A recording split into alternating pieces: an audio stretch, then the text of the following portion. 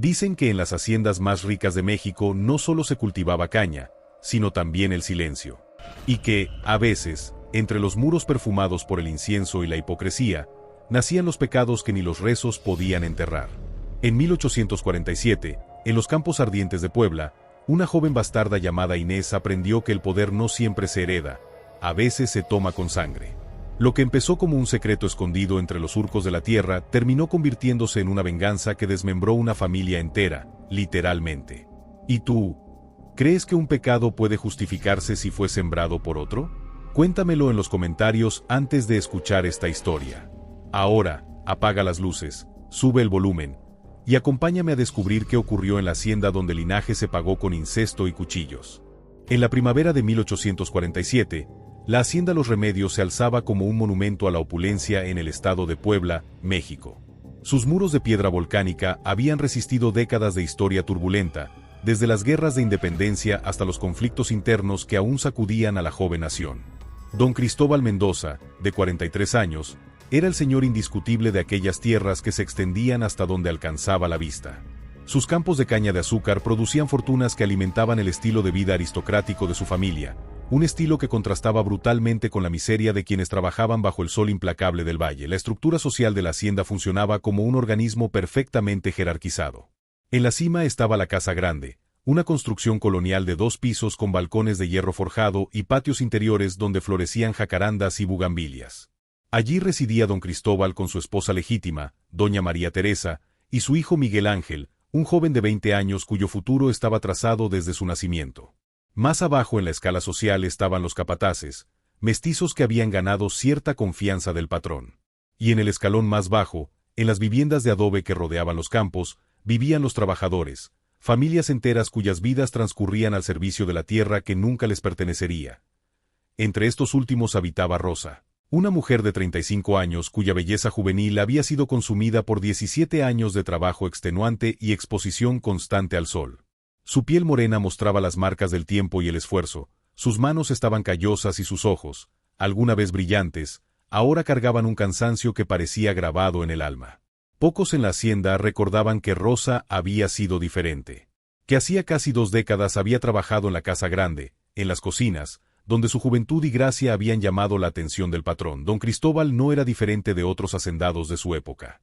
Consideraba que su posición le otorgaba ciertos derechos sobre todas las mujeres que vivían bajo su dominio. Su esposa, criada en la aristocracia mexicana, conocía estas transgresiones pero las ignoraba como parte del orden natural de las cosas.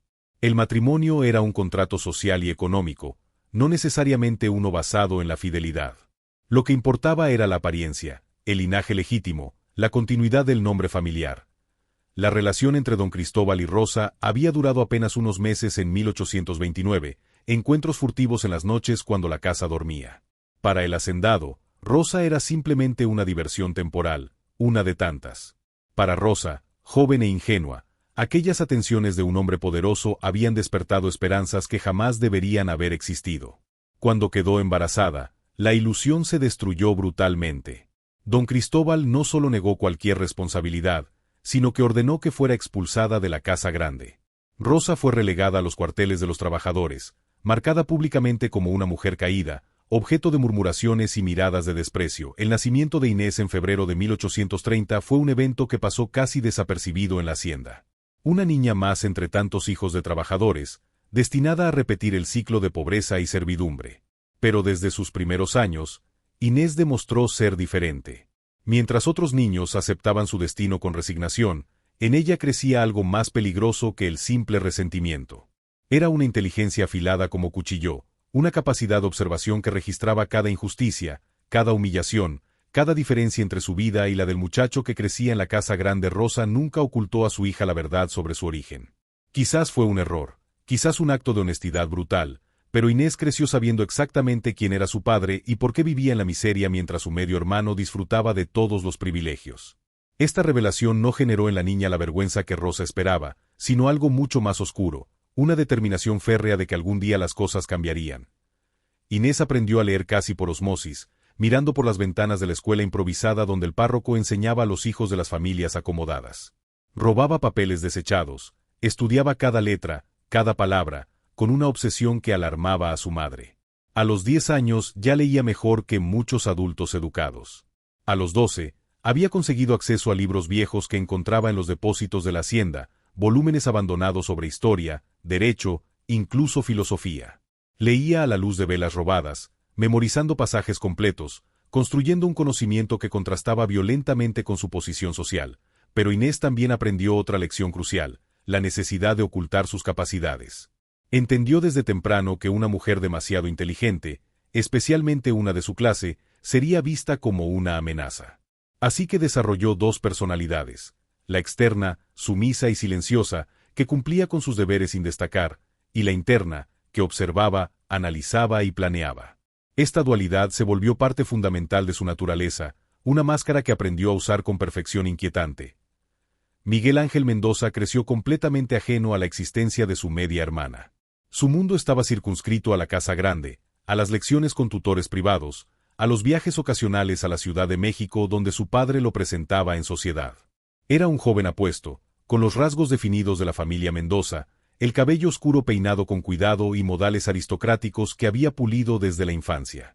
Había sido educado para heredar no solo las tierras, sino también el estilo de vida que implicaban, una mezcla de autoridad indiscutible y cierto paternalismo benevolente hacia los trabajadores. Miguel no era cruel por naturaleza, pero su privilegio lo había vuelto ciego a las realidades que lo rodeaban. Los trabajadores eran parte del paisaje, tan naturales como los campos de caña o las montañas en el horizonte. Nunca se había cuestionado por qué ellos trabajaban bajo el sol mientras se leía en la biblioteca, o por qué sus comidas eran abundantes mientras las familias en los cuarteles comían tortillas y frijoles. Era simplemente el orden establecido, la manera en que el mundo funcionaba. La relación entre Miguel y su padre era distante pero correcta. Don Cristóbal no era un hombre afectuoso, pero cumplía con su deber de preparar al heredero. Le enseñaba sobre la administración de la hacienda, sobre las relaciones con otras familias importantes, sobre cómo mantener el control sobre cientos de trabajadores. Miguel absorbía estas lecciones con la actitud de quien aprende un oficio que ejercerá inevitablemente. Doña María Teresa, la esposa de don Cristóbal y madre de Miguel, era una mujer que había envejecido prematuramente. A sus 38 años, aparentaba una década más. Su salud se había deteriorado gradualmente desde 1845, una enfermedad misteriosa que los médicos no conseguían diagnosticar con certeza. Algunos hablaban de problemas en los pulmones, otros de una debilidad constitucional. La verdad era que doña María Teresa se estaba consumiendo lentamente, cada día más pálida, más frágil, más ausente de la vida que transcurría en la hacienda. Su deterioro alteró la dinámica familiar. Don Cristóbal, aunque nunca había sido particularmente devoto de su esposa, mostraba cierta inquietud ante su declive. No era amor lo que sentía, sino la preocupación práctica de un hombre que veía desmoronarse una pieza importante de su estructura social. Miguel, por su parte, observaba a su madre con una mezcla de compasión y frustración, sin saber cómo ayudar a alguien que parecía desvanecerse un poco más cada día. Inés observaba todo esto desde su posición en las sombras. A los 17 años, se había convertido en una joven de belleza perturbadora.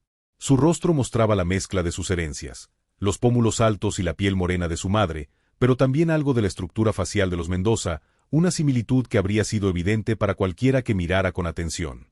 Sus ojos eran particularmente inquietantes, oscuros y profundos, con una intensidad que hacía que la gente desviara la mirada.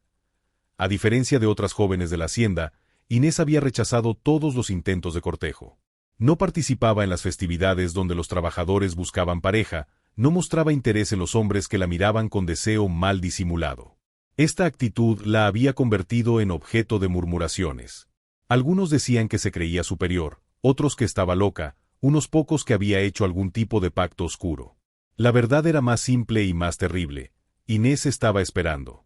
Cada día que pasaba, cada humillación que presenciaba, cada vez que veía a Miguel paseando por la hacienda como si fuera el dueño del universo, alimentaba algo que había estado creciendo en su interior durante 17 años. El invierno de 1846 a 1847 fue particularmente frío en Puebla. Las heladas dañaron parte de la cosecha, lo que generó tensión en la hacienda. Don Cristóbal se volvió más irritable, exigiendo mayor productividad de trabajadores que ya estaban al límite de sus fuerzas. Hubo castigos públicos, azotes para quienes no cumplían las cuotas, familias amenazadas con la expulsión. La atmósfera en los remedios se volvió opresiva, cargada de una tensión que parecía presagiar algo terrible. Fue durante este periodo cuando doña María Teresa empeoró dramáticamente. Lo que había sido un declive gradual se aceleró en cuestión de semanas. Para febrero, ya no podía levantarse de la cama. Un sacerdote fue llamado para administrar los últimos sacramentos.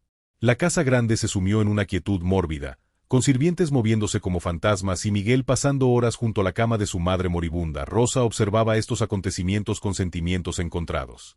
Parte de ella sentía una satisfacción oscura al ver sufrir a la familia que la había rechazado.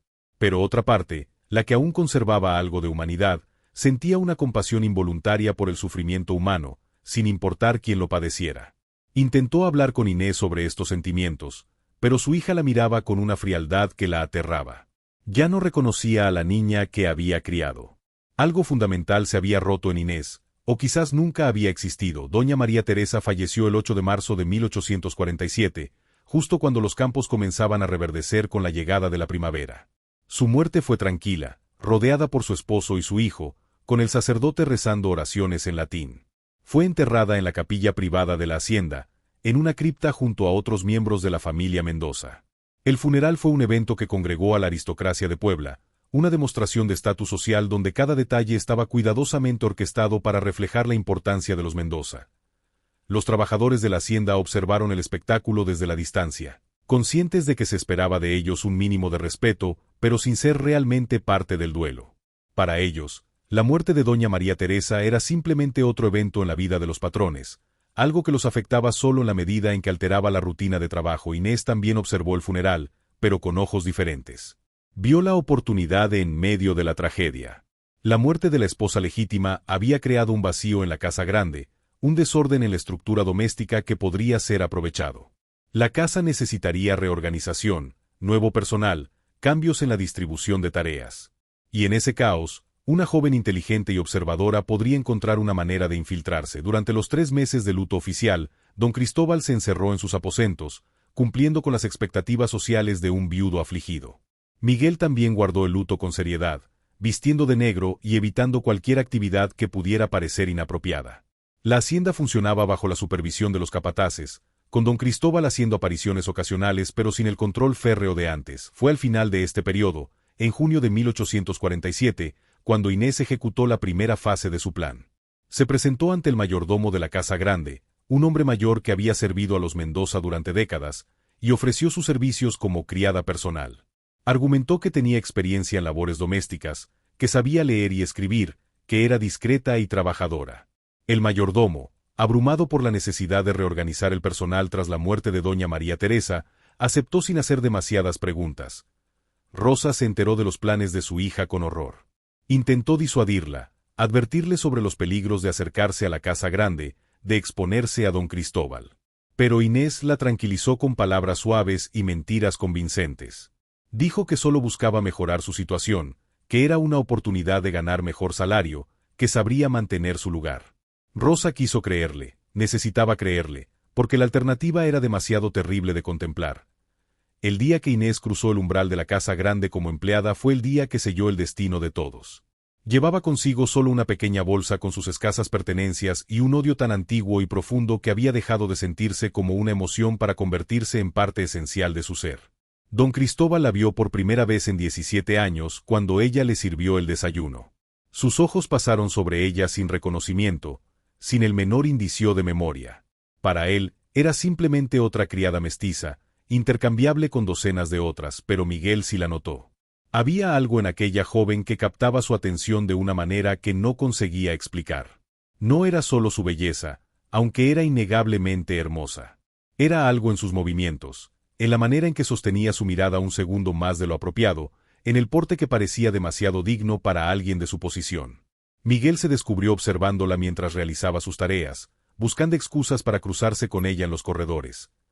Inés registraba cada mirada, cada momento de atención, con la precisión de un contador registrando números. Todo estaba saliendo exactamente como había planeado. La primera fase estaba completa. Ahora comenzaba la segunda, la más peligrosa, la que requería paciencia infinita y control absoluto sobre cada palabra, cada gesto, cada expresión facial. La vida en la Casa Grande seguía ritmos que Inés aprendió rápidamente. Don Cristóbal despertaba al amanecer, Desayunaba en el comedor principal mientras revisaba correspondencia y documentos relacionados con la administración de la hacienda. Miguel solía levantarse más tarde, tomaba un desayuno ligero y pasaba las mañanas cabalgando por los campos o leyendo en la biblioteca.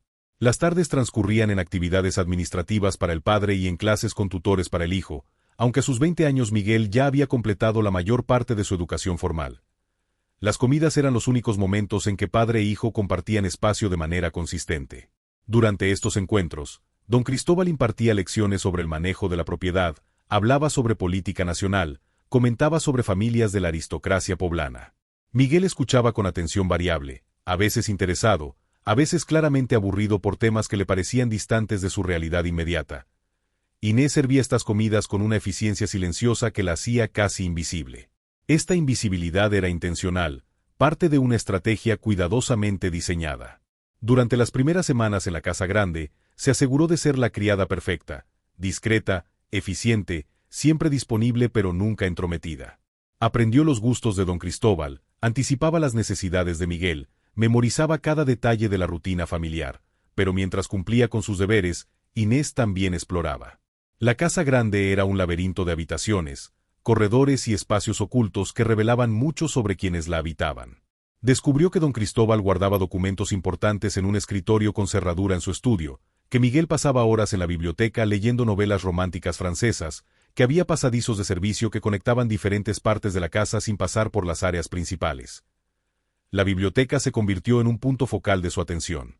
Era la habitación donde Miguel pasaba más tiempo, rodeado de volúmenes que abarcaban desde clásicos españoles hasta obras más contemporáneas. Inés comenzó a encontrar razones para limpiar allí cuando sabía que Miguel estaría presente. Movía los objetos con cuidado exagerado, como si temiera romper algo valioso, lo que le daba excusas para permanecer más tiempo del necesario. Miguel, por su parte, encontraba cada vez más difícil concentrarse en su lectura cuando Inés estaba en la habitación. Había algo hipnótico en la manera en que se movía, en cómo sus manos acariciaban los lomos de los libros al limpiarlos, en los ocasionales mechones de cabello que escapaban de su recogido. Se descubrió inventando razones para estar en la biblioteca durante las horas en que sabía que ella estaría limpiando. Los primeros contactos fueron mínimos, casi accidentales. Miguel pidiendo que le alcanzara un libro del estante superior, sus dedos rozándose brevemente en la transferencia. Una pregunta casual sobre si sabía leer, sorprendiéndose genuinamente cuando Inés respondió que sí. Una conversación breve sobre un volumen particular, donde ella demostró conocimientos que él no esperaba de una criada. Inés manejaba estos encuentros con maestría calculada. Nunca era demasiado atrevida, nunca se ofrecía abiertamente, pero tampoco rechazaba las oportunidades de interacción. Mantenía un equilibrio perfecto entre deferencia apropiada y una dignidad sutil que intrigaba a Miguel. Era como si hubiera dos personas en un solo cuerpo, la criada sumisa que cumplía órdenes, y otra persona, más compleja, que asomaba en momentos cuidadosamente seleccionados. A medida que avanzaba julio, las conversaciones en la biblioteca se volvieron más frecuentes y prolongadas. Miguel comenzó a preguntarle sobre su vida, sobre cómo había aprendido a leer, sobre qué pensaba de los libros que limpiaba. Inés respondía con verdades cuidadosamente editadas, revelando lo suficiente para parecer interesante pero ocultando lo crucial. Mencionaba que su madre había trabajado en la casa grande años atrás, pero no especificaba cuándo ni en qué circunstancias. Hablaba de su amor por el aprendizaje, pero no de las razones profundas que lo alimentaban. Don Cristóbal permanecía completamente ajeno a estos desarrollos.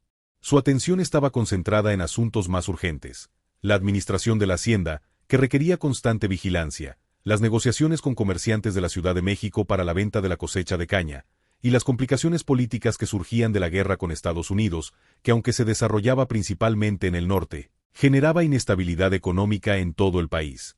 La guerra, de hecho, proporcionó a Inés oportunidades adicionales. Don Cristóbal viajaba con más frecuencia a Puebla para reunirse con otros hacendados y discutir cómo proteger sus intereses en tiempos turbulentos. Estas ausencias dejaban a Miguel como señor temporal de la hacienda, una responsabilidad que tomaba con seriedad pero que también le daba mayor libertad para actuar según sus impulsos. Fue durante una de estas ausencias, a finales de julio, cuando ocurrió el primer contacto físico significativo. Miguel estaba en la biblioteca, intentando concentrarse en un informe sobre la producción de caña, cuando Inés entró para su limpieza habitual. El calor del verano era opresivo, y ella llevaba el pelo suelto, algo inusual. Miguel comentó sobre esto, y ella explicó que el calor le provocaba dolores de cabeza cuando lo llevaba recogido. La conversación derivó hacia el clima, luego hacia los efectos del calor en los trabajadores de los campos, un tema que sorprendió a Miguel por su profundidad. Inés habló sobre las condiciones de trabajo, sobre cómo el sol del mediodía podía ser mortal, sobre la falta de agua suficiente para quienes trabajaban en las plantaciones. Lo hizo sin acusación directa, pero con suficiente detalle para hacer que Miguel se sintiera incómodo por su ignorancia. Miguel se levantó de su escritorio y caminó hacia donde Inés estaba limpiando un estante. Se paró cerca, más cerca de lo que la etiqueta dictaba. Preguntó si el trabajo en la casa era muy diferente del trabajo en los campos. Inés se volvió hacia él, y la proximidad de sus cuerpos creó una tensión palpable. Ella respondió que cualquier trabajo bajo la sombra era mejor que cualquier trabajo bajo el sol, pero que el verdadero privilegio era no tener que trabajar en absoluto. Hubo un momento de silencio cargado. Los ojos de Miguel recorrieron el rostro de Inés con una intensidad nueva. Levantó una mano como para tocar su mejilla, pero se detuvo a centímetros de su piel. Inés no se movió, no retrocedió ni se inclinó hacia adelante, simplemente esperó. La mano de Miguel tembló levemente antes de que la retirara, dando un paso atrás y disculpándose torpemente. Inés simplemente inclinó la cabeza, recogió sus implementos de limpieza y salió de la biblioteca sin prisa. Pero en el corredor, oculta de la vista de Miguel, permitió que una sonrisa cruzara brevemente sus labios. El anzuelo estaba puesto. Ahora solo necesitaba paciencia para que la presa se enredara completamente. Los siguientes días fueron un ejercicio de tensión creciente. Miguel buscaba encuentros con Inés, pero ella parecía siempre ocupada, siempre en movimiento hacia otra tarea. Cuando se cruzaban en los corredores, ella lo saludaba con respeto apropiado pero sin detenerse.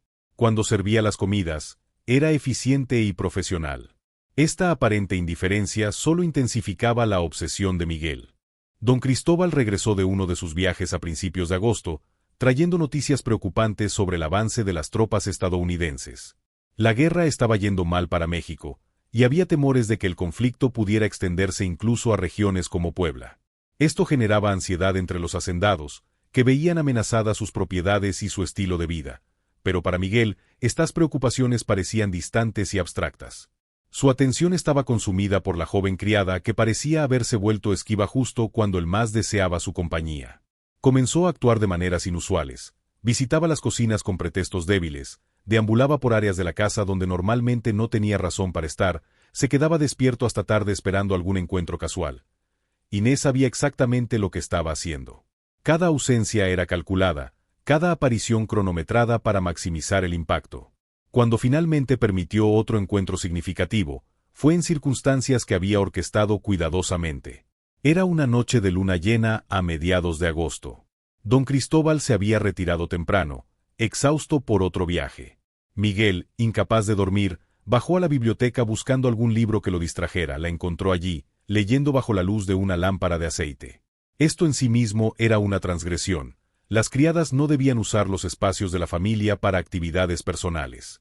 Pero la imagen de Inés absorta en la lectura, su rostro iluminado por la luz dorada, su concentración absoluta en las páginas, detuvo cualquier reprimenda que Miguel pudiera haber considerado. Preguntó qué estaba leyendo. Ella levantó la vista, sorprendida genuinamente por primera vez, y mostró el libro, una colección de poesía española. Miguel se sentó en un sillón cercano y pidió que le leyera algo. Inés dudó, pero luego comenzó a recitar versos de Garcilaso de la Vega con una voz que revelaba no solo capacidad de lectura sino también comprensión profunda del texto. Esta noche marcó un cambio fundamental en su dinámica. Miguel dejó de ver a Inés como una simple criada y comenzó a percibirla como algo más complejo, más intrigante. Comenzaron a tener encuentros nocturnos en la biblioteca, sesiones que ambos sabían que violaban todas las normas sociales pero que ninguno parecía capaz de resistir. Hablaban sobre literatura, sobre filosofía, sobre la naturaleza del destino y la justicia. Inés desplegaba en estas conversaciones toda la inteligencia que había cultivado en secreto durante años. Desafiaba las ideas de Miguel, presentaba perspectivas que él nunca había considerado, lo hacía cuestionar supuestos que había dado por sentados toda su vida. Para Miguel, acostumbrado a la compañía de jóvenes aristocráticas cuya educación era superficial y orientada solo hacia el matrimonio, estas conversaciones eran embriagadoras, pero Inés también sabía cuándo ser vulnerable, cuando mostrar fragilidad que invitar a protección. Hablaba ocasionalmente sobre las dificultades de su vida, sobre la incertidumbre constante de quienes no tenían posición segura, sobre los sueños que sabía que nunca podría cumplir. Estas revelaciones despertaban en Miguel un complejo de salvador que mezclaba peligrosamente atracción física con una forma distorsionada de compasión. Para finales de agosto, Miguel estaba completamente obsesionado. Inés ocupaba sus pensamientos constantemente. La buscaba con la mirada durante el día, contaba las horas hasta sus encuentros nocturnos, se descubría sonriendo sin razón al recordar algo que ella había dicho. Era joven, inexperto en asuntos del corazón, y completamente incapaz de reconocer que estaba siendo manipulado. Don Cristóbal notó que algo había cambiado en su hijo, pero atribuyó su distracción a las preocupaciones generales sobre la guerra y el futuro. Intentó involucrar más a Miguel en los asuntos de la hacienda, llevándolo a reuniones con capataces, enseñándole sobre los aspectos más duros de mantener el control sobre una propiedad grande. Miguel asistía a estas lecciones físicamente, pero su mente estaba en otro lugar. El siguiente paso en el plan de Inés requería timing perfecto. Necesitaba que el deseo de Miguel alcanzara un punto donde la razón fuera completamente superada por la pasión. Pero también necesitaba que él creyera que cualquier escalada física era idea suya, que él estaba tomando la iniciativa. Esta ilusión de control era crucial para lo que vendría después. La oportunidad llegó durante la primera semana de septiembre. Don Cristóbal anunció que viajaría a la Ciudad de México para una serie de reuniones que lo mantendrían ausente al menos una semana. Estas reuniones eran importantes, relacionadas con préstamos necesarios para mantener la operación de la hacienda en tiempos difíciles. Miguel quedaría a cargo, una responsabilidad que normalmente habría tomado con seriedad pero que ahora veía principalmente como una oportunidad para tener más libertad. La noche después de la partida de don Cristóbal, Inés no apareció en la biblioteca a la hora usual. Miguel esperó, cada vez más ansioso, hasta que finalmente salió a buscarla. La encontró en uno de los corredores de servicio, transportando sábanas limpias. Preguntó por qué no había ido a la biblioteca. Ella respondió que había pensado que no era apropiado continuar con esos encuentros cuando él estaba a cargo de la hacienda, que podría parecer que estaba aprovechándose de la situación. Esta aparente preocupación por la propiedad solo intensificó el deseo de Miguel. Insistió en que quería verla, que sus conversaciones eran importantes para él. Inés fingió resistencia, argumentó sobre las apariencias, sobre su posición. Cada objeción solo hacía que Miguel insistiera más, hasta que finalmente ella accedió a encontrarse con él, pero no en la biblioteca donde podrían ser vistos. Sugirió un lugar más privado, una habitación en el ala este de la casa que no se usaba desde que había servido como cuarto de juegos cuando Miguel era niño. Miguel aceptó sin cuestionar por qué ella conocía ese espacio o por qué estaba sugiriendo un nivel de secreto que transformaba sus encuentros en algo claramente inapropiado. Esa noche se encontraron en la habitación olvidada, iluminada solo por una vela que Inés había llevado. El espacio estaba lleno de muebles cubiertos con sábanas blancas, dándole una atmósfera fantasmagórica. Hablaron, como siempre, pero el contexto cambiaba todo. La intimidad del lugar, la conciencia de estar haciendo algo prohibido, la tensión sexual que había estado construyéndose durante semanas. Fue Miguel quien cerró la distancia física entre ellos, quien intentó el primer beso. Inés respondió con una mezcla perfectamente calibrada de reciprocidad y reticencia, permitiendo que él creyera que estaba superando su resistencia, que estaba seduciéndola. Lo que siguió fue el resultado inevitable de semanas de manipulación cuidadosa. Miguel, consumido por el deseo y la creencia de que Inés sentía lo mismo, cruzó todas las líneas que la sociedad había establecido. Para él, era un momento de pasión trascendente, la consumación de algo que sentía como amor genuino. Para Inés, era el penúltimo paso en un plan que había estado gestándose durante 17 años. Después, mientras Miguel yacía saciado y vulnerable, murmurando palabras de afecto que creía sinceras, Inés permanecía despierta, sus ojos abiertos en la oscuridad, calculando. Todavía no era el momento. Necesitaba que este encuentro se repitiera, que se estableciera un patrón, que Miguel se sintiera completamente seguro en su transgresión antes de revelar la verdad que destruiría su mundo. Los días siguientes establecieron una rutina que a Miguel le parecía embriagadora y a Inés le servía perfectamente para sus propósitos. Con don Cristóbal ausente, la hacienda funcionaba bajo supervisión mínima. Los capataces manejaban las operaciones diarias, y Miguel hacía apariciones ocasionales para mantener la apariencia de control, pero su atención estaba consumida por los encuentros clandestinos con Inés. Se veían todas las noches en la habitación abandonada del ala este. Miguel había comenzado a llevar allí mantas limpias, almohadas, incluso una botella de vino que había tomado de la bodega de su padre. Estaba transformando el espacio en un nido secreto, un lugar que existía fuera de las reglas y jerarquías de la hacienda. En su mente juvenil, estaba construyendo algo romántico, una historia de amor prohibido que desafiaba las convenciones sociales. Inés dejaba que Miguel construyera estas fantasías. Fingía una reciprocidad emocional que él anhelaba, susurraba palabras apropiadas en los momentos correctos, permitía que él creyera que ella estaba tan atrapada en esta pasión como él. Pero cada noche, después de que Miguel se quedaba dormido, ella permanecía despierta, observando su rostro en la penumbra, calculando cuándo sería el momento perfecto para destruir la ilusión. Durante el día, Inés continuaba con sus deberes como si nada hubiera cambiado. Era la criada perfecta, discreta y eficiente. Esta dualidad era crucial. Necesitaba que nadie en la hacienda sospechara lo que estaba ocurriendo. Las otras sirvientas notaban que Miguel parecía distraído, que caminaba con una energía nueva, pero ninguna conectaba esto con la joven callada que limpiaba las habitaciones. Rosa, sin embargo, sentía una inquietud creciente. Había algo en la manera en que su hija se movía, una tensión contenida que reconocía de años atrás, cuando Inés era adolescente y comenzaba a hablar sobre venganza. Intentó conversar con ella varias veces, pero Inés era evasiva, asegurándole que todo estaba bien, que simplemente estaba cansada del trabajo en la casa grande. Don Cristóbal regresó de la Ciudad de México a mediados de septiembre, trayendo noticias mixtas. Había conseguido los préstamos necesarios, pero a tasas desfavorables. La guerra continuaba yendo mal para México, y había rumores de que las fuerzas estadounidenses podrían avanzar hasta la capital. La inestabilidad política estaba afectando todos los aspectos de la economía, y los hacendados como él estaban comenzando a sentir la presión. El regreso de su padre obligó a Miguel a ser más cauteloso. Los encuentros nocturnos continuaron, pero con mayor riesgo. Miguel tenía que esperar hasta estar seguro de que don Cristóbal dormía, moverse sigilosamente por los corredores, estar atento a cualquier sonido que indicara movimiento en la casa. Este elemento de peligro añadía una adrenalina que confundía con profundización del romance. Inés utilizó este periodo de mayor cautela para intensificar la conexión emocional.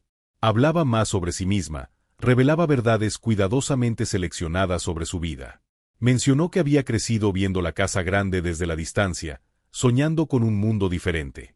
Habló sobre su madre, sobre cómo había sido trabajadora doméstica antes de ser relegada a los campos, aunque omitía los detalles cruciales sobre por qué había ocurrido esa caída. Miguel, por su parte, también se abrió más.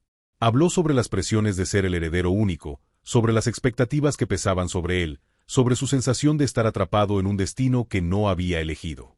Estas confesiones eran sinceras, producto de su juventud y su inexperiencia.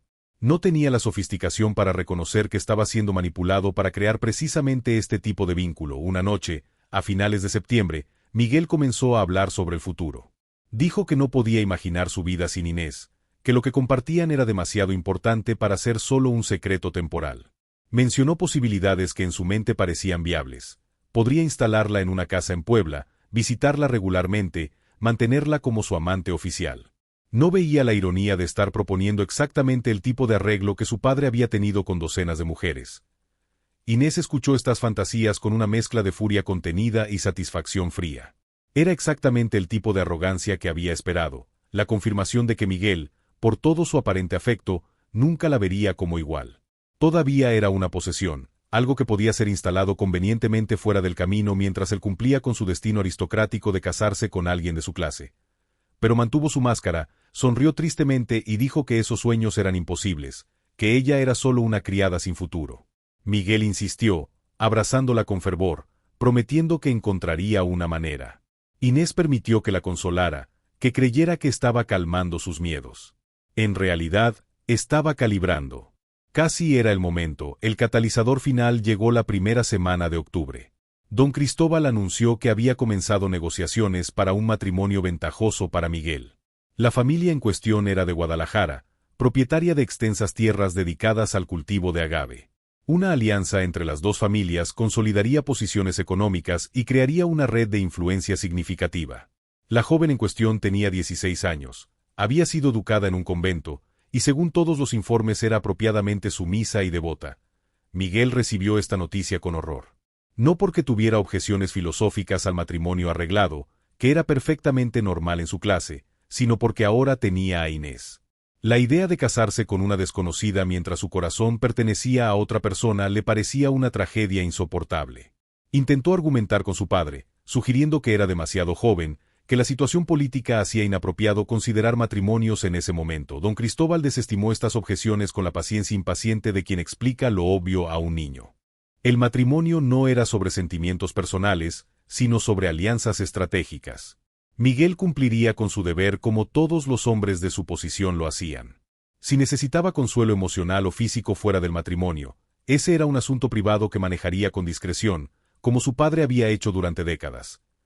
Esa noche, Miguel llegó a la habitación secreta visiblemente alterado. Contó a Inés sobre la propuesta de matrimonio, sobre la conversación con su padre, sobre su sensación de impotencia. Declaró que no se casaría, que encontraría una manera de estar con ella abiertamente, que desafiaría a su padre si era necesario. Inés lo dejó desahogarse, lo consoló con suavidad, esperó hasta que su angustia se calmara. Y entonces, con una voz tranquila que contrastaba con la turbulencia emocional de Miguel, dijo que había algo que necesitaba contarle. Algo que cambiaría todo. Miguel, esperando quizás una declaración de amor correspondido o alguna revelación que facilitara su situación, la animó a continuar. Inés respiró profundamente, como alguien preparándose para un salto, y comenzó a hablar. Empezó por su madre, por cómo Rosa había trabajado en la casa grande casi 2 décadas atrás. Describió cómo don Cristóbal había notado a la joven criada, cómo había comenzado a visitarla en las noches, cómo había usado su posición para tomar lo que quería sin considerar las consecuencias. Miguel escuchaba con creciente incomodidad, pero aún no comprendía hacia dónde se dirigía la historia. Inés continuó, describiendo el embarazo de Rosa, la expulsión de la casa grande, el nacimiento de una niña en febrero de 1830. Una niña que creció en la pobreza mientras su medio hermano crecía en el lujo, separados por un muro de privilegio que nunca debería haberse cruzado. Una niña que aprendió a leer espiando clases a las que nunca podría asistir, que desarrolló una inteligencia afilada observando un mundo al que nunca pertenecería. La comprensión llegó a Miguel en oleadas, cada una más devastadora que la anterior. Primero, la conexión general. Inés estaba hablando sobre una hija bastarda de su padre. Luego, la horrible especificación temporal. Una niña nacida en 1830, que ahora tendría 17 años. Finalmente, la conclusión inevitable que su mente rechazaba incluso mientras la lógica la hacía innegable. Inés era esa niña. Inés era su hermana. Miguel se apartó de ella como si hubiera sido quemado. Su rostro pasó por una serie de expresiones: incredulidad, horror, náusea. Intentó hablar varias veces, pero no salían palabras. Inés simplemente lo observaba, su rostro una máscara de calma mientras internamente saboreaba cada segundo de su destrucción. Cuando Miguel finalmente encontró su voz, brotaron acusaciones. Ella había sabido desde el principio. Había planeado esto. Había usado su ignorancia para llevarlo a cometer un pecado imperdonable. Cada palabra era correcta, y cada una rebotaba inefectivamente contra la compostura de Inés. Ella confirmó todo. Sí, había sabido. Sí, había planeado cada momento. Sí, había orquestado deliberadamente que él cometiera incesto, que violara uno de los tabúes más fundamentales de su sociedad y su religión. Y explicó por qué. Porque su padre había destruido vidas sin consecuencia durante décadas, y alguien tenía que hacerle pagar. Miguel intentó comprender la lógica de esta venganza. Si el objetivo era dañar a don Cristóbal, ¿por qué había sido él la víctima? Inés respondió con una claridad helada: porque don Cristóbal no amaba nada excepto su legado, su nombre, su heredero. Destruir a Miguel era la única manera de verdaderamente herir a su padre. Y además, añadió con voz más suave pero infinitamente más cruel, Miguel era tan culpable como su padre. Había disfrutado de privilegios construidos sobre la miseria de otros, había tomado lo que quería sin cuestionar su derecho a hacerlo, había perpetuado el mismo sistema que los había creado a ambos. La acusación golpeó a Miguel con fuerza porque contenía una verdad que no podía negar. Había tomado a Inés creyendo que era su derecho como patrón, que cualquier criada estaría agradecida por su atención.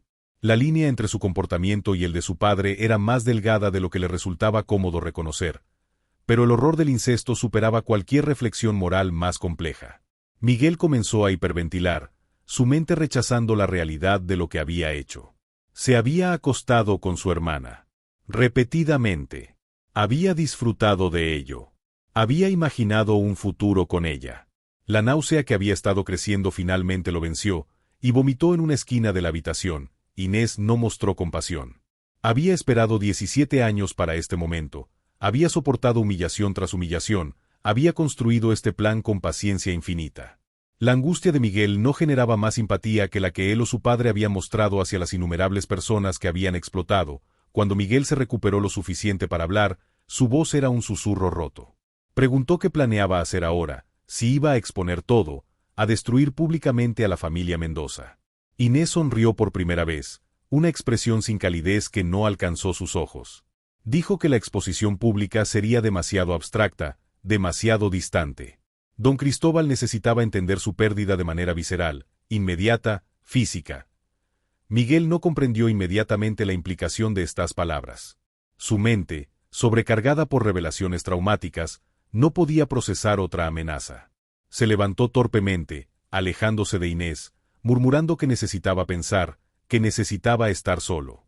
Se movió hacia la puerta de la habitación, su cuerpo funcionando en piloto automático mientras su mente seguía atascada en el horror de lo que había aprendido. Fue entonces cuando Inés sacó el cuchillo que había escondido bajo la almohada días atrás, preparándose para este momento exacto. Era un cuchillo de cocina, largo y afilado, el tipo usado para deshuesar carne. Lo había tomado con cuidado, asegurándose de que su ausencia no fuera notada inmediatamente. Miguel escuchó el movimiento detrás de él y comenzó a volverse. Vio el cuchillo, vio la intención en los ojos de Inés, pero su cuerpo, ralentizado por el shock, no pudo reaccionar a tiempo. El primer golpe fue casi experimental, Inés probando la resistencia de la carne humana, la sensación del acero penetrando piel y músculo. El cuchillo entró en el costado de Miguel, entre las costillas, un ángulo que había estudiado en diagramas anatómicos robados de libros de medicina. Miguel gritó, un sonido agudo de sorpresa y dolor que Inés había anticipado. Se movió rápidamente, cubriendo la boca de Miguel con una mano mientras retiraba el cuchillo. La sangre fluyó inmediatamente, manchando la camisa blanca de Miguel con un rojo oscuro que se expandía como flor macabra. Miguel intentó apartarla, sus manos agarrando inútilmente mientras el shock comenzaba a instalarse. Sus ojos mostraban una incomprensión fundamental. Esto no podía estar pasando. Las personas de su clase no morían así, asesinadas por criadas en habitaciones secretas. Pero estaba pasando. Inés golpeó nuevamente, esta vez apuntando al abdomen, el cuchillo hundiéndose profundamente. Miguel cayó de rodillas, sus manos intentando contener la sangre que ahora fluía de múltiples heridas. Intentó hablar, pero solo salieron borbotones de sangre. Sus ojos buscaron los de Inés, buscando quizás comprensión, quizás piedad. No encontró ninguna. Lo que vio en los ojos de Inés era algo que su mente privilegiada nunca había tenido que contemplar, un odio tan puro y antiguo que había dejado de ser emoción para convertirse en principio fundamental. Este odio había estado alimentándose durante 17 años, creciendo con cada humillación presenciada, cada injusticia registrada, cada noche pasada en una cabaña de adobe mientras su hermano dormía en sábanas de seda. Inés continuó golpeando. El tercer cuchillazo perforó el pulmón de Miguel, causando que tosiera sangre. El cuarto atravesó su brazo cuando intentó defenderse. El quinto, sexto y séptimo fueron salvajes, sin precisión anatómica, simplemente liberando años de furia contenida. La habitación se llenó con sonidos horribles. El jadeo líquido de Miguel intentando respirar con pulmones perforados, el sonido húmedo del metal atravesando carne, los gruñidos involuntarios que Inés hacía con cada esfuerzo. Miguel finalmente colapsó completamente, su cuerpo convulsionando mientras la vida se escapaba. Inés se arrodilló sobre él, observando su rostro mientras la conciencia se desvanecía de sus ojos. Quería que él comprendiera en sus últimos momentos, que entendiera exactamente por qué estaba muriendo. Se inclinó cerca de su oído y susurró las palabras finales que él escucharía. Esto era justicia, esto era balance, esto era el precio de décadas de explotación pagadas con la única moneda que realmente importaba. Los ojos de Miguel se fijaron en algún punto más allá de Inés. Su cuerpo dio un último espasmo y quedó inmóvil. El silencio que siguió era absoluto, roto solo por la respiración agitada de Inés y el goteo constante de sangre sobre el piso de madera. Inés se quedó arrodillada junto al cuerpo durante varios minutos, procesando lo que había hecho. Había imaginado este momento miles de veces, pero la realidad era diferente de la fantasía. La sangre era más caliente de lo esperado, más viscosa. El olor era metálico y orgánico, mezclándose con el olor de las vísceras perforadas.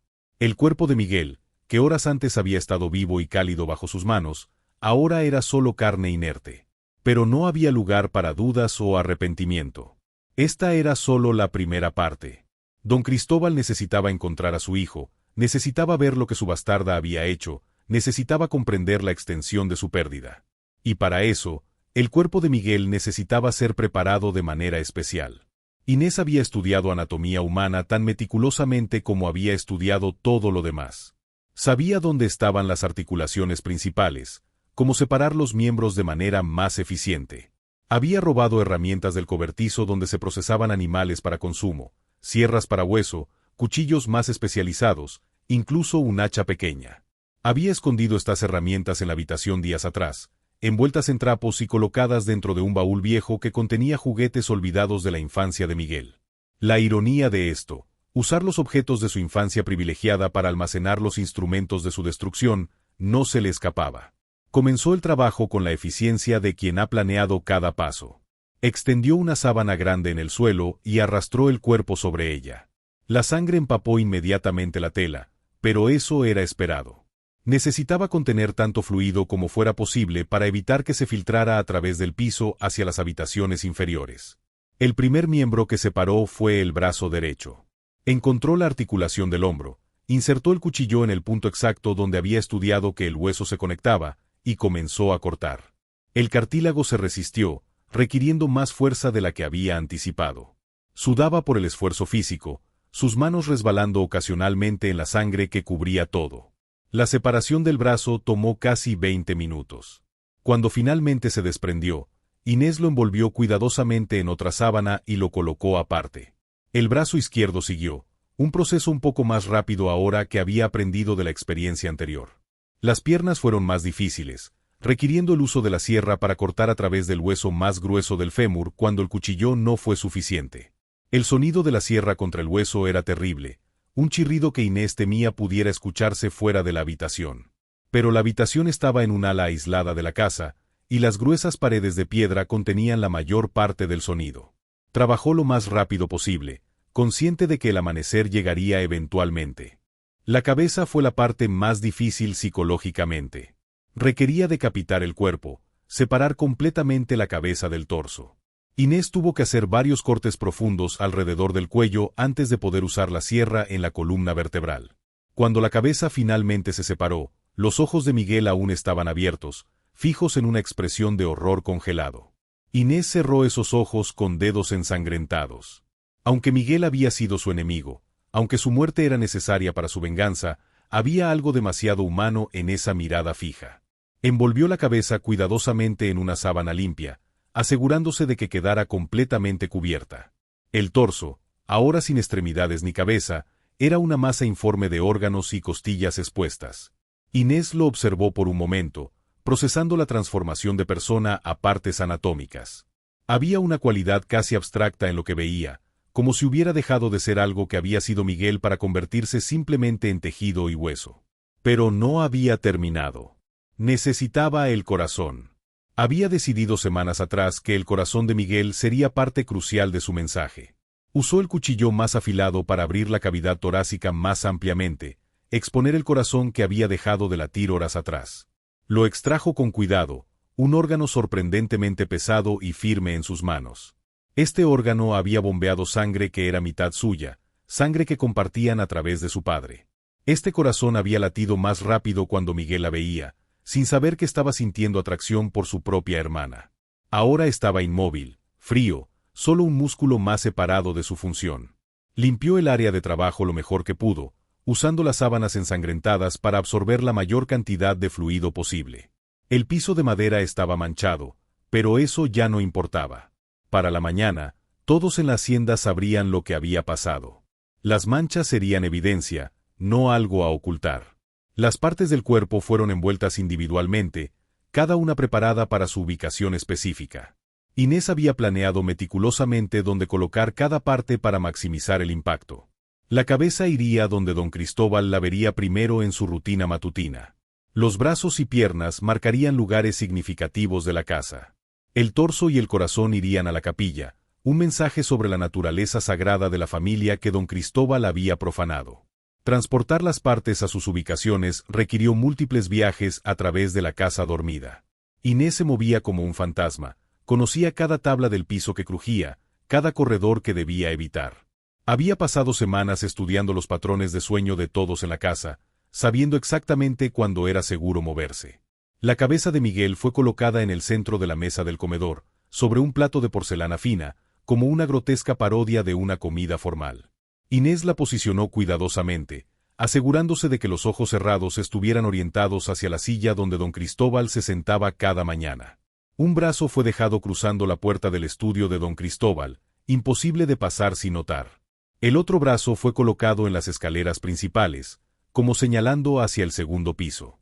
Las piernas fueron distribuidas estratégicamente, una en el corredor que llevaba a los aposentos de don Cristóbal, otra en la biblioteca donde Miguel había pasado tantas horas.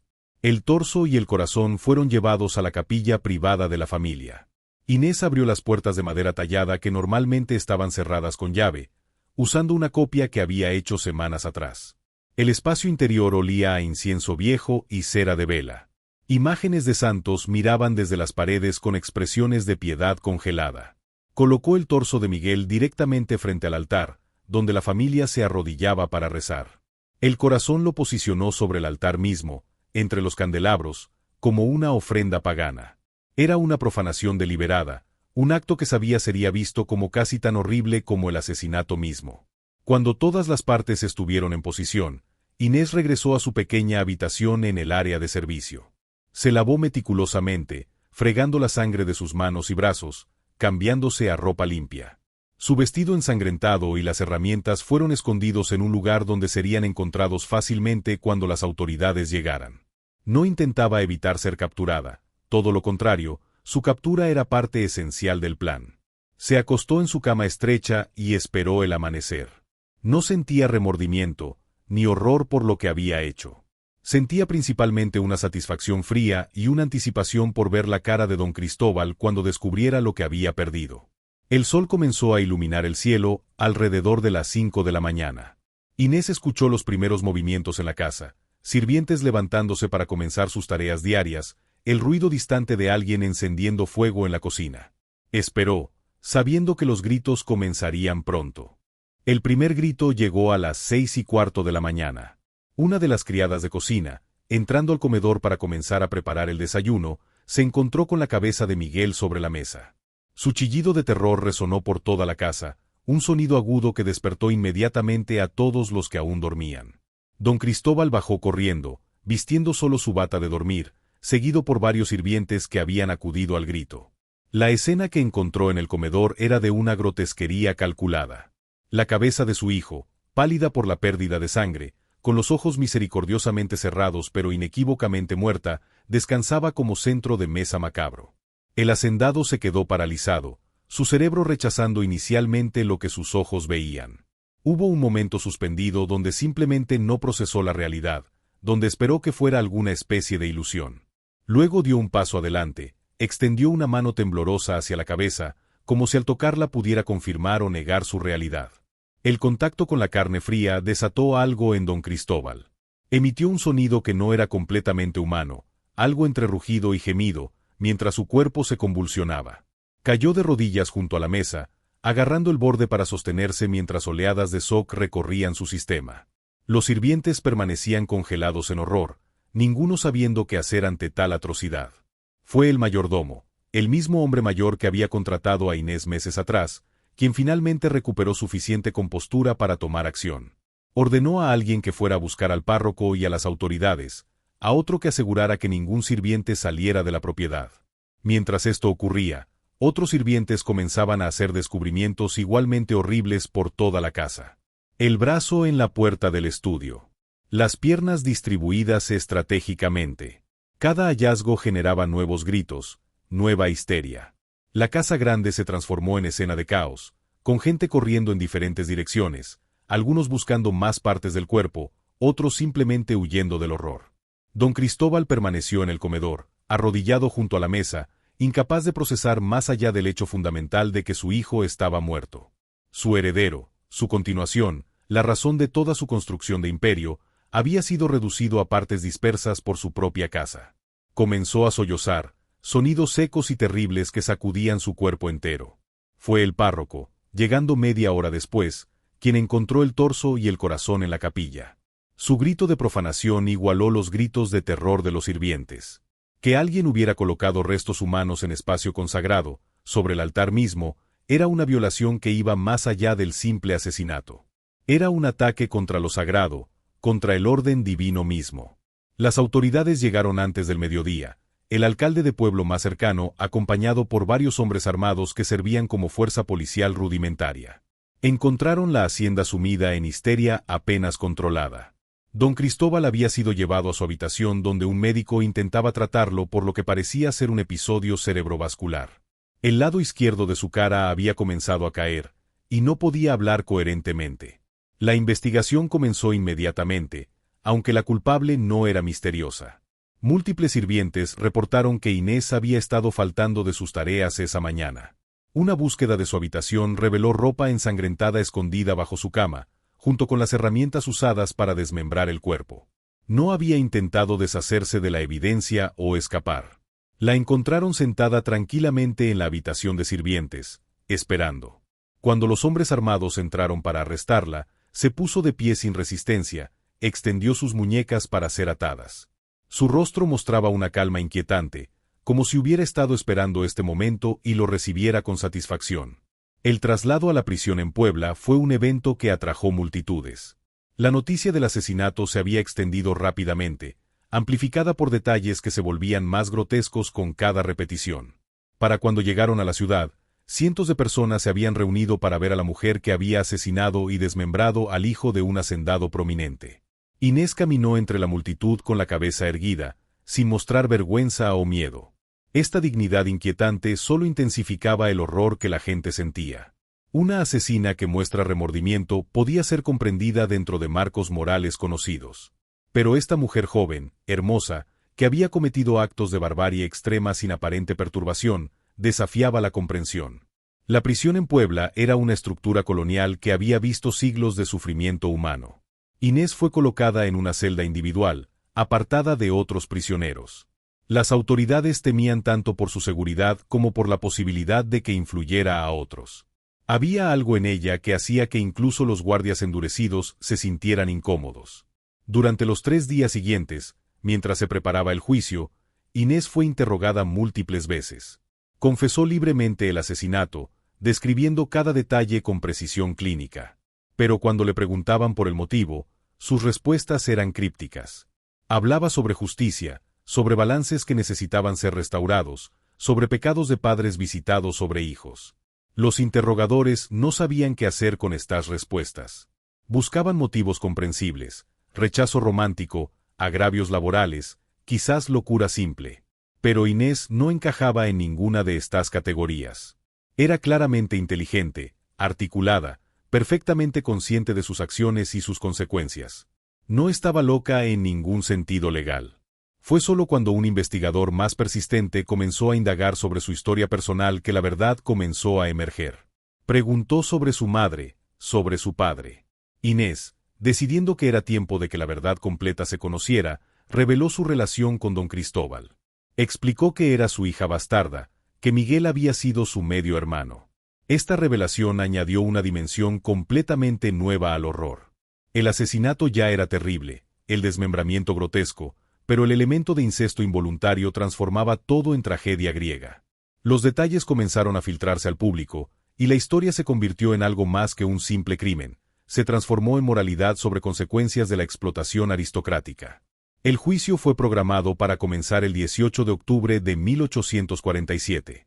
La sala del tribunal estaba abarrotada, con personas luchando por cada espacio disponible para presenciar el espectáculo. La aristocracia de Puebla estaba presente casi en pleno, algunos por genuino interés en la justicia, otros simplemente por el morbo de ver caer a una de las familias más prominentes. Don Cristóbal no pudo asistir.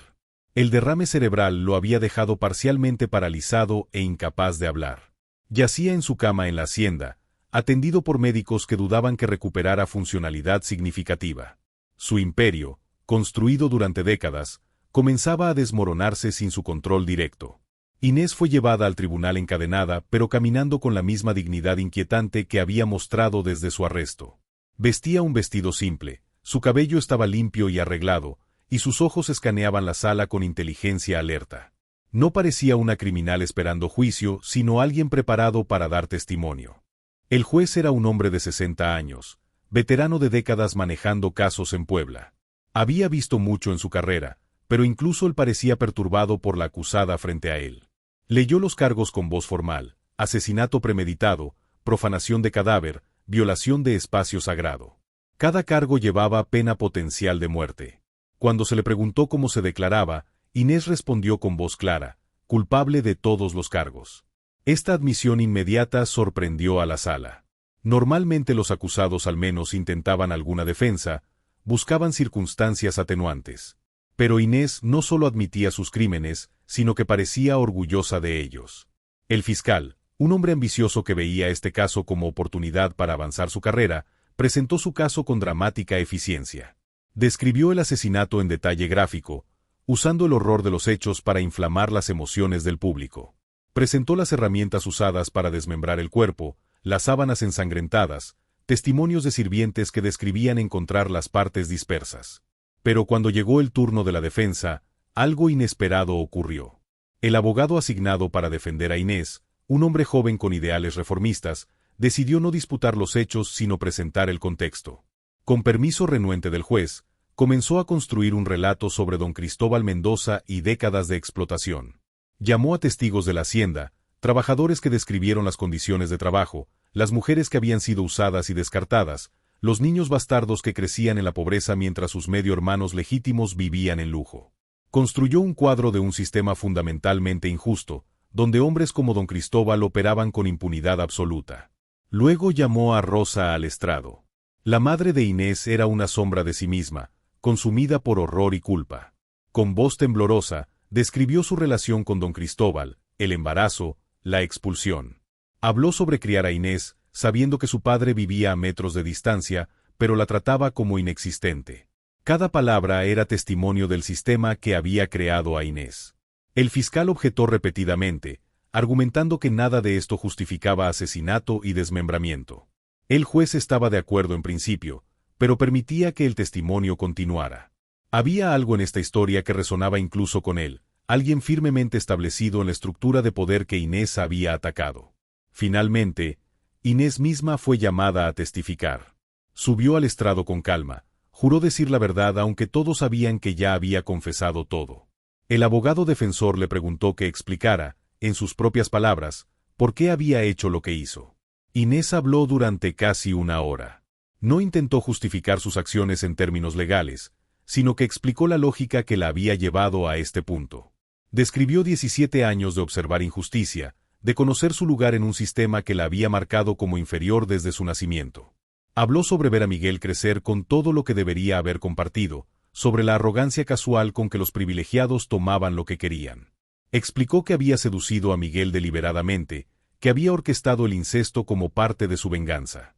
Esta admisión causó conmoción en la sala, pero Inés continuó sin perturbarse. Dijo que don Cristóbal necesitaba entender lo que era perder algo fundamental, que matar simplemente a Miguel no habría sido suficiente. El desmembramiento, la dispersión del cuerpo, todo había sido diseñado para maximizar el trauma. Cuando el fiscal le preguntó con indignación si no sentía remordimiento, si no comprendía la monstruosidad de sus acciones, Inés lo miró directamente y respondió que comprendía perfectamente. Pero añadió que la verdadera monstruosidad había sido el sistema que había creado la situación, los hombres como su padre que usaban su poder sin considerar consecuencias humanas. El argumento final del fiscal fue apasionado. Argumentó que permitir que este crimen quedara impune, que darle cualquier legitimidad mediante comprensión del contexto social, sería invitar al caos. Si los oprimidos podían justificar asesinato mediante apelaciones a injusticia histórica, toda la estructura social colapsaría. Demandó la pena máxima como mensaje a cualquiera que considerara violencia similar. El abogado defensor hizo su argumento final con menor esperanza pero igual pasión. No negó que Inés merecía castigo, pero argumentó que su caso revelaba problemas fundamentales que la sociedad necesitaba enfrentar. Sugirió que cadena perpetua sería más apropiada que ejecución, que permitiría reflexión continua sobre las lecciones del caso. El juez se retiró para deliberar. La sala esperó en silencio tenso durante 2 horas. Cuando finalmente regresó, su rostro mostraba el peso de la decisión que había tenido que tomar. Leyó el veredicto con voz formal: culpable de todos los cargos, sentencia de muerte por ahorcamiento. Hubo murmullos en la sala, algunos de satisfacción, otros de inquietud. Inés recibió la sentencia sin reacción visible. Había anticipado este resultado, incluso lo había planeado. Su muerte sería el acto final de su venganza, el testimonio permanente de lo que el sistema de don Cristóbal había creado. La ejecución fue programada para 3 semanas después, tiempo suficiente para apelaciones que nadie esperaba que llegaran. Inés pasó este periodo en su celda, rechazando visitas de sacerdotes que querían escuchar su confesión. No veía sus acciones como pecado que necesitara absolución, sino como justicia que había administrado personalmente cuando ninguna otra institución lo haría. Rosa intentó visitarla varias veces, pero fue rechazada.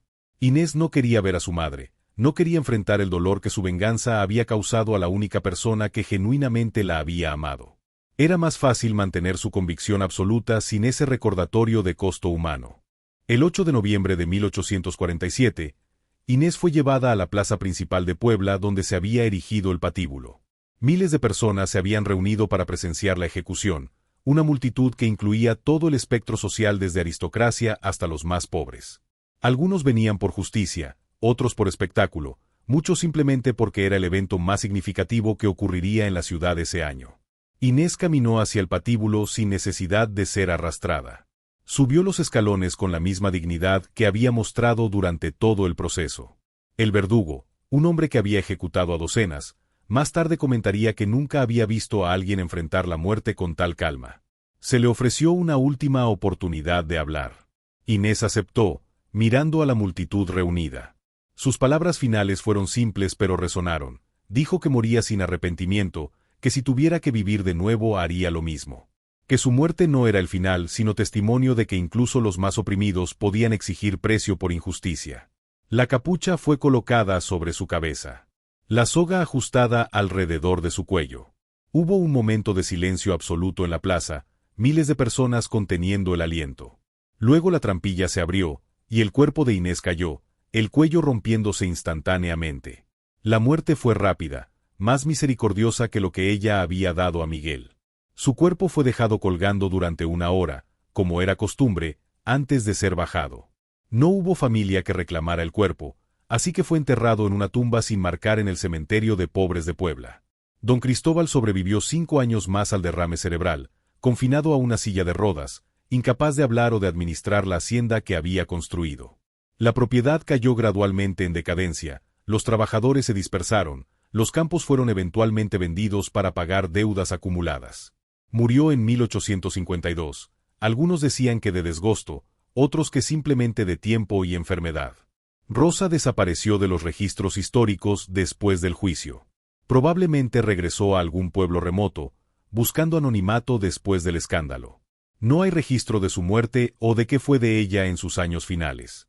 La hacienda Los Remedios fue abandonada completamente para 1860. Los edificios comenzaron a desmoronarse, la naturaleza reclamando lentamente lo que los Mendoza habían controlado durante generaciones. Para finales del siglo XIX, era poco más que ruinas, otro monumento olvidado a un sistema que estaba desapareciendo. Pero la historia persistió. En las décadas siguientes, trabajadores que pasaban por las ruinas reportaban fenómenos extraños. Algunos juraban escuchar pasos en corredores vacíos, voces susurrando en habitaciones abandonadas. Otros hablaban de ver figuras en las ventanas, a veces un joven hombre con expresión de horror, otras veces una mujer joven que observaba los campos con ojos que no pestañeaban. Estos relatos nunca fueron verificados, probablemente solo el producto de imaginaciones alimentadas por una historia que había capturado la atención popular. Pero persistían, transmitiéndose entre generaciones, transformando a Inés de criminal histórica en algo más complejo, símbolo de resistencia, advertencia sobre consecuencias de injusticia, o simplemente recordatorio de que incluso los más oprimidos pueden encontrar maneras de exigir reconocimiento. La Casa Grande finalmente colapsó completamente en un terremoto de 1902. Los escombros fueron saqueados para materiales de construcción por residentes locales. Para mediados del siglo XX, no quedaba nada que indicara que alguna vez había existido una hacienda próspera en ese lugar, solo campos vacíos y memorias cada vez más distorsionadas de eventos que habían ocurrido décadas atrás. Pero en los registros judiciales de Puebla, en documentos amarillentos guardados en archivos polvorientos, permanece el testimonio completo del caso. Las confesiones de Inés, las descripciones forenses del cuerpo desmembrado, los testimonios de docenas de testigos. Evidencia de que esta historia, por más grotesca que parezca, realmente ocurrió. Que una joven de 17 años, consumida por odio acumulado durante toda su vida, realmente ejecutó una venganza tan elaborada y terrible? Los historiadores que ocasionalmente encuentran estos documentos debaten sobre qué significa el caso. Algunos lo ven como aberración, ejemplo extremo de lo que puede ocurrir cuando resentimiento personal se vuelve patológico. Otros argumentan que representa algo más significativo, un momento donde las contradicciones fundamentales del sistema de haciendas, la violencia inherente en su estructura de poder, se manifestaron en forma tan brutal que no podían ser ignoradas. La verdad probablemente yace en algún punto intermedio. Inés fue simultáneamente víctima y perpetradora, producto de su sistema y agente activa de violencia horrible. Su historia no tiene moraleja simple, no se resuelve en lección clara sobre justicia o venganza. Es simplemente testimonio de capacidad humana tanto para crueldad como para resistencia, recordatorio de que injusticia sistemática genera consecuencias que pueden explotar de maneras impredecibles y terribles. Y en Noche sin Luna, algunos locales aún evitan el área donde alguna vez estuvo la hacienda Los Remedios. No por miedo a fantasmas, necesariamente, sino por algo más profundo, el peso de historia que ese lugar carga, memoria de eventos tan violentos que parecen haber dejado cicatriz en la tierra misma. Testimonio permanente de que en 1847, en ese pedazo específico de México, se desarrolló una tragedia que reveló verdades sobre poder, privilegio y precio de la injusticia que todavía resuenan casi 2 siglos después.